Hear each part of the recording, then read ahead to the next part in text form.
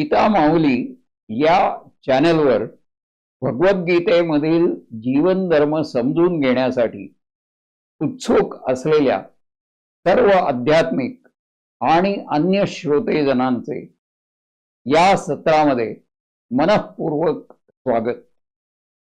आत्तापर्यंत आपण 8 अध्यायांचा परमार्श घेतला आणि आज या 9व्या अध्यायाबद्दल विवेचन करणार आहोत।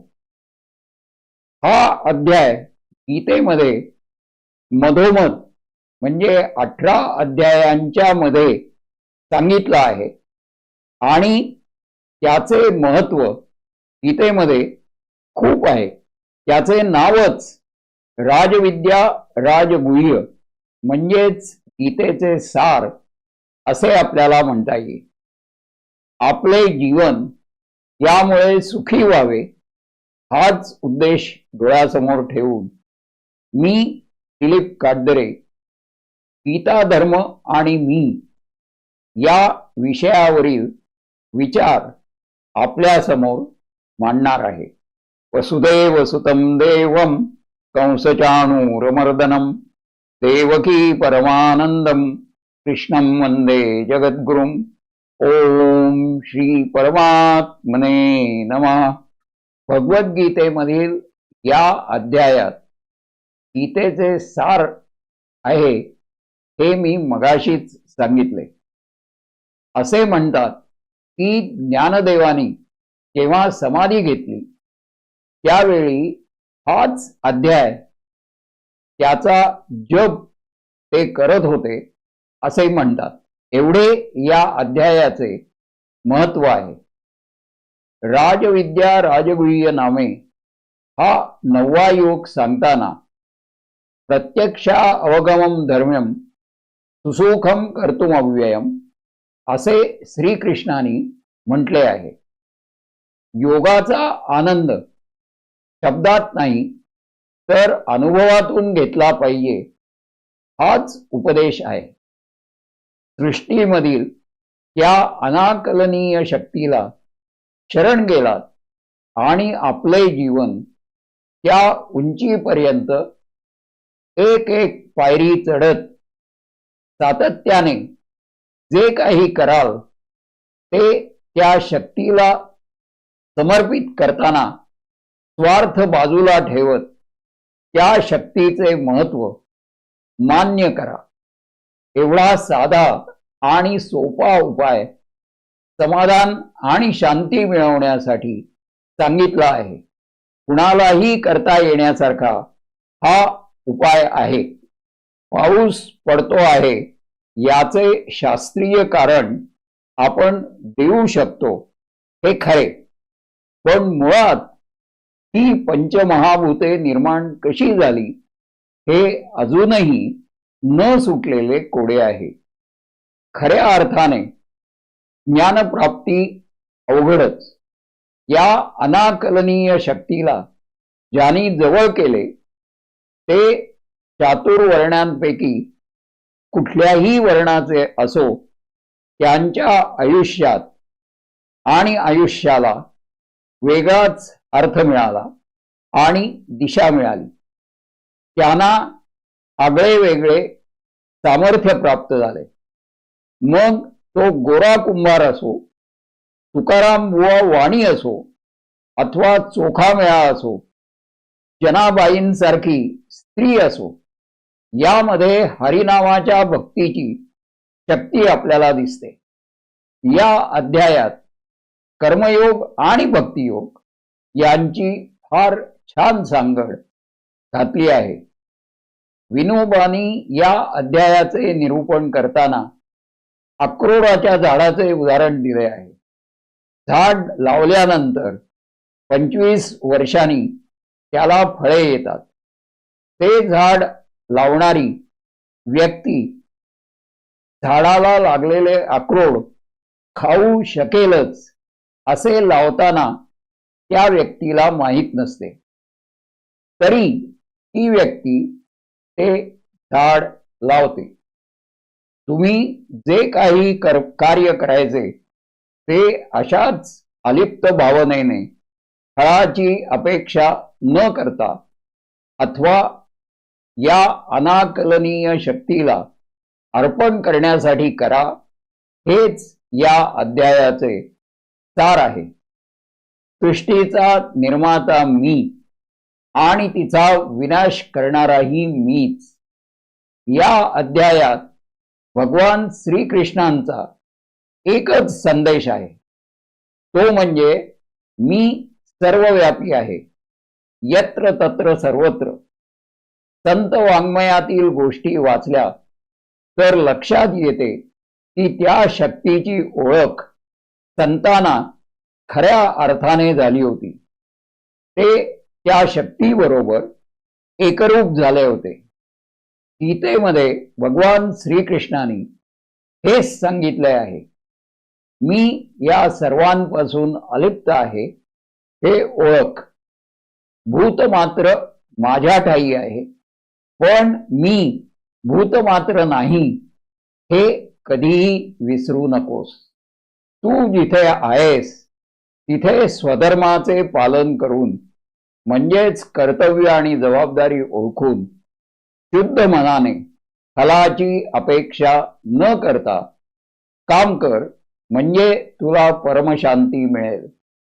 त्याचा पराज्ञानाशी विद्वत्तेशी संबंध नाही, त्यावर ते अवलंबून नाही. लोक वेगवेगळ्या प्रकारे श्रद्धेने पूजा करतात आणि त्याचे फळ देखील त्यांना मिळते, पण स्वार्थ त्याग करून जे सर्व जीवात्म्यांचा विचार करून त्यांना समान मानून माझी पूजा करतात, ती पूजा सर्वश्रेष्ठ आहे. षोडशोपचारे मूर्तीची पूजा करण्याऐवजी समाजातील दलित, वंचित, पीडित लोकांसाठी देह झिजवला तर तो परमसिद्धीचा मार्ग दाखवेल, हेच या अध्यायात सांगितले आहे. दाराशी भिकारी उभा राहिला तर त्याला सक्षम करून स्वतःचे पोट भरू शकेल असे त्याला मार्ग दाखवले तर ती खरी पूजा. शेतकरी बैलाची पूजा करतो, स्त्रिया वटपौर्णिमेच्या दिवशी वडाच्या झाडाची पूजा करतात. गुरुपौर्णिमेला आपण शिक्षकांचा, गुरूंचा आदर करतो. नारळी पौर्णिमेला समुद्राची पूजा करतो. हे सगळे कशासाठी? मला वाटते त्या अदृश्य अनाकलनीय शक्तीचे ऋण मान्य करण्यासाठी आपण ही पूजा करतो. बी पेरले आणि बी फेकले या दोन शब्दातला फरक लक्षात आला तर तुम्हाला 9व्या अध्यायातील राजयोग लक्षात येतो. कबीराचे दोहे हेच सांगतात, जिनी जिनी बिनी चदरिया, देहाचे वस्त्र विणताना त्या परमशक्तीला वंदन करून त्याचे नाव घेत काम करा. रणांगणावर युद्धात जेव्हा सैनिक मातृभूमीसाठी लढत असतो त्यावेळी त्याच्या मनात स्वार्थ नसतो. देशासाठी समर्पण बुद्धीने तो स्वतःचा देह त्या युद्धभूमीवर ठेवायला तयार होतो. केवळ देशप्रेमासाठी हा केवढा मोठा त्याग आहे. स्वधर्मे निधनम श्रेयः परधर्मो भयावह. ब्रह्मचर्याश्रमामध्ये विद्यार्जन, गृहस्थाश्रमात कर्तव्याची जाणीव ठेवून जबाबदारीने अर्थार्जन, त्यानंतर वानप्रस्थाश्रमात समाजाची सेवा आणि घेतलेल्या उपकाराची परतफेड, त्यानंतर संन्यासाश्रम म्हणजे जे जगायचे ते केवळ दुसऱ्यासाठी, स्वतःसाठी नव्हे, असे जीवन जगता आले तरच आयुष्य अर्थपूर्ण होते. आयुष्याच्या संध्याकाळी मी याची अनुभूती घेतो आहे. डोक्यावर जबाबदारीचे ओझे नसताना आपण जे शिकलो त्याचा फायदा पुढील पिढीला होईल अशा काही गोष्टी करायची मला संधी मिळाली. त्याचा पुरेपूर फायदा घेतो आहे. याचा परिणाम असा झाला की उद्या काय करायचे हा प्रश्न पडत नाही आणि रात्री सुखाने झोप लागते. लिखाणात वेळ छान जातो.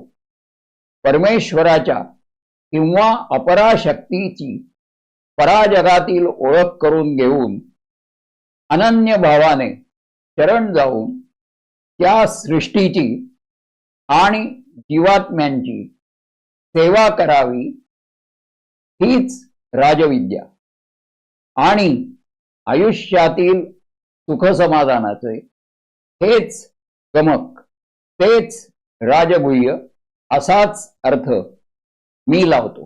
7व्या अध्यायात ज्ञानविज्ञानाची, 8व्या अध्यायात परब्रह्माची किंवा त्या शक्तीची ओळख करून देऊन त्यासाठी संन्यास न घेता किंवा कर्मत्याग न करता, अपेक्षा न ठेवता असाल तिथे समर्पण भावनेने काम करा. तीच राजविद्या आणि तेच आयुष्यात शांती समाधान मिळवण्याचे गुपित असे 9व्या अध्यायात सांगितले आहे. यापुढील 10व्या अध्यायात विभूती विस्तार म्हणजेच या सृष्टीचा व्यापक विचार गीतेमध्ये केला आहे. तो आपण समजून घेणार आहोत. श्रीकृष्णार्पणमस्तु. हरिओम तत्सत. हरिओम तत्सत. हरिओम तत्सत.